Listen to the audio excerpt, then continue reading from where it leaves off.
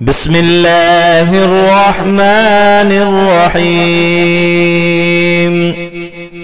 شروع اللہ کے نام سے جو بڑا مہربان اور نہایت رحم کرنے والا ہے۔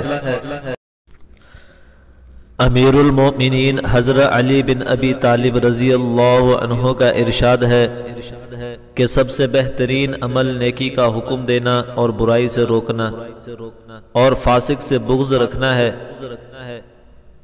جو شخص نیکی کا حکم دے گا گویا وہ مومن کی پشت پناہی کرتا ہے، اور جو برائی سے روکنے والا ہے وہ منافق کو ذلیل کرتا ہے۔ حضرت قتادہ رضی اللہ تعالی عنہ فرماتے ہیں کہ ایک شخص نے مجھے بتایا کہ ایک شخص آپ صلی اللہ علیہ وسلم کے پاس آیا اور آپ مکہ میں تھے۔ کہنے لگا کیا آپ کا یہ کہنا ہے کہ آپ صلی اللہ علیہ وسلم اللہ کے رسول ہیں؟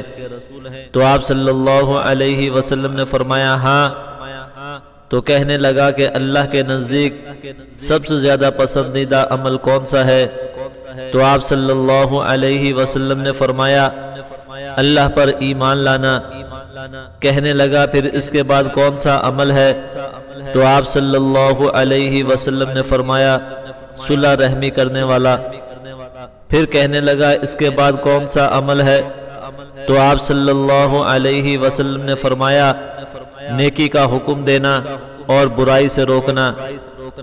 تو کہنے لگا اللہ کے ہاں سب سے زیادہ ناپسندیدہ عمل کون سا ہے؟ تو آپ صلی اللہ علیہ وسلم نے فرمایا اللہ کے ساتھ کسی کو شریک کرنا۔ کہنے لگا پھر اس کے بعد کون سا عمل ہے؟ تو آپ صلی اللہ علیہ وسلم نے فرمایا قطع تعلقی۔ کہنے لگا پھر اس کے بعد کون سا عمل ہے؟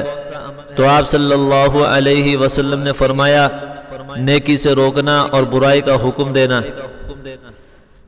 حضرت عبداللہ بن جریر اپنے والد سے نقل کرتے ہیں کہ رسول اللہ صلی اللہ علیہ وسلم نے ارشاد فرمایا جس قوم میں بھی کوئی آدمی گناہ کا ارتکاب کرے گا اور وہ اسے روک سکیں لیکن نہ روکیں تو اللہ تعالیٰ ضرور ان سب کو موت سے پہلے عذاب میں مبتلا کر دیں گے۔